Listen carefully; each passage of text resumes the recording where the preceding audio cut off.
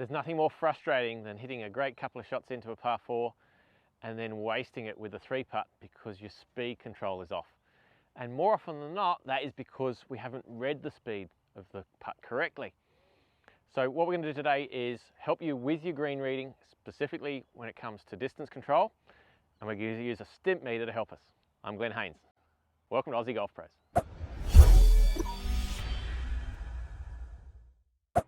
What is a Stimpmeter? Well, this is a Stimpmeter. It's just a rod of steel, and it helps us to measure the speed of greens by just rolling some golf balls down the rod and seeing how far it rolls. And the Stimpmeter measurement is in feet. So we're going to talk about feet today, not meters, but just feet. And typically we do that on a flat area of green. If we do it on a slope, then we get a misreading and we don't get a true representation of what the speed of the green is.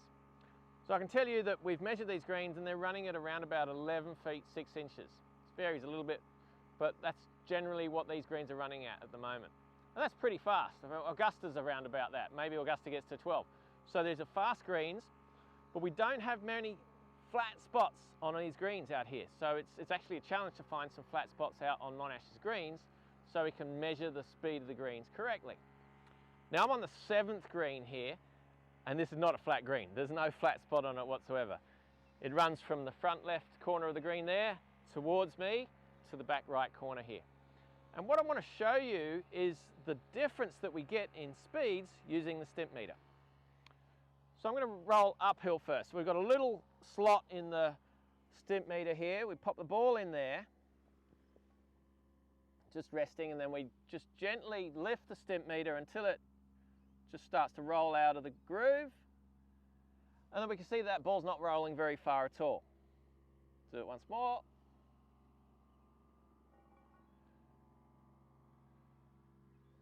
And we generally do it a few times, but if we measure that, I'm getting around 5.5 feet of roll uphill. Now, if it's flat, I expect this ball to roll around 11.5 feet. So we can see that pretty much you need twice the amount of power with your putting stroke to get the ball to roll the same distance uphill.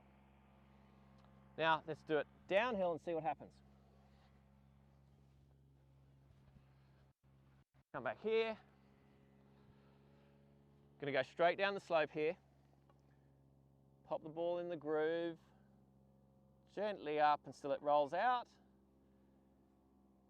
Now look at the difference. It's the same patch of grass, same green, but we see a real difference in the speed. That didn't even go quite exactly downhill. So if we go that way, this should roll out a fraction further. And that's much different to rolling the ball uphill.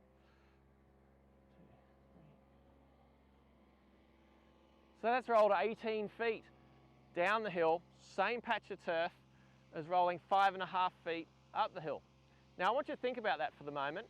So that means that if I've got a putt on this green of 5.5 feet up the hill, then I need the same amount of power as a putt from 18 feet above the hole. The same stroke. Now hopefully you start to realize that this is why you leave a lot of uphill putts short and you go past the hole with a lot of downhill putts.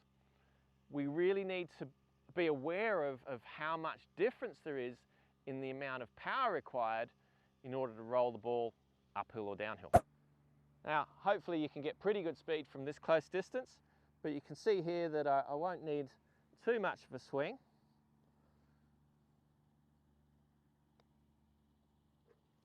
And that's a good speed. Good holding speed, a short back and through. Bad stroke, that one. So that's good speed. 5.5 feet up the hill. Now if we go 18 feet, which is just here, now the majority of golfers are going to swing further because it's a longer putt. But actually, now I need exactly the same amount of power that I just hit with that last one, which is a very short back and through stroke. Just what I did with the 5.5 feet putt. And you can see here, that's quite easy for me to get good speed. A little bit off to the right, so let's aim a little further left. So that's exactly the same stroke that I just used for the 5.5 feet putt. Oh, nearly. But completely different length of roll, but because I'm aware of how fast this green is and how much tilt there is, then I'm going on to putting onto this green with much more information, much more powerful position to be able to get the right speed. Let's now double it. So now we have an 11-foot uphill putt, and obviously I need twice the amount of power. So what a lot of golfers then do is that they have the same length backswing and they try to force it. They try to accelerate, especially on those long uphill ones, the 40, 50, 60 footers. I'm not going to do that. I'm just going to have the swing a little bit longer, the backswing and the follow through, double the amount of power.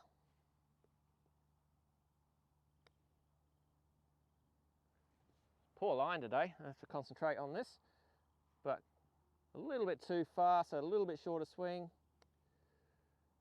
That's a better putt. All right, so there's double the amount of power for an 11-foot uphill. Now we want to go for a 36-foot putt down the hill, which is, do my maths, 12 paces. And a lot of golfers are going to whop this way past because it's a 36-foot putt and they think, oh, well, I need to hit it harder. Well, we just need the same stroke that I used for that 11-foot putt. Haven't really read this, but I think it's going to just go to the left a little bit. Okay, so off to the right-hand side, same length stroke. Let's see how I did from 36 feet. It's quick, isn't it? Well, go on, do it, do it, do it. There we go. So the same length stroke as I had for the 11-foot putt, but a completely different amount of roll because of the speed of the green, because of the tilt of the green. And you need to be aware of this type of difference between putting an uphill and downhill, whether you're on fast greens or slow greens. Imagine the amount of swing you need for a slow uphill 30-footer. But then going down 30 feet, it's going to be a lot shorter swing. And that's the mistake that I'll see a lot of club golfers make, is they don't understand the difference that we see between an uphill and downhill putt. So clearly, a lot of club golfers leave uphill putts short and they go past the hole with downhill putts. Now you can change this pattern. You need to change this pattern. If you want to improve your putting and reduce the number of 3 putts, then you've really got to improve your distance control, and that comes from reading greens, reading the speed of the greens. Now, if you want to get an idea of that tilt, then you've got to have a look from the side. It's really important to get to the low half and have a look to see where that gradient is, see how much it is. You've got to have a look from the side of the putt rather than just behind the ball, and that's going to give you a real good 3D sense of the putt. You've got to work out how much uphill or downhill it is, and it gives you a good image of how long the putt is as well. So having a quick look, just a quick look, not studying, just a quick look from the side of the putt is going to go a long way towards helping you to read the speed of the greens and help you with your distance control. Now we have a more comprehensive video on green reading over here, so pop up to there and you really get a sense of how to go about reading greens, and add that to the information that you've learned today about using a Stimpmeter and getting an idea of the speed uphill and downhill. So you might not have a Stimpmeter at hand. Obviously, it's pretty much only some clubs have them. But just roll some golf balls around just by hand, and you will get a sense of how much faster greens are downhill than uphill. I know that sounds simple, but the fact is that it's often underestimated. If you like this video, then please smash that like button. We'll be back next week. Are you the best golfer you can be?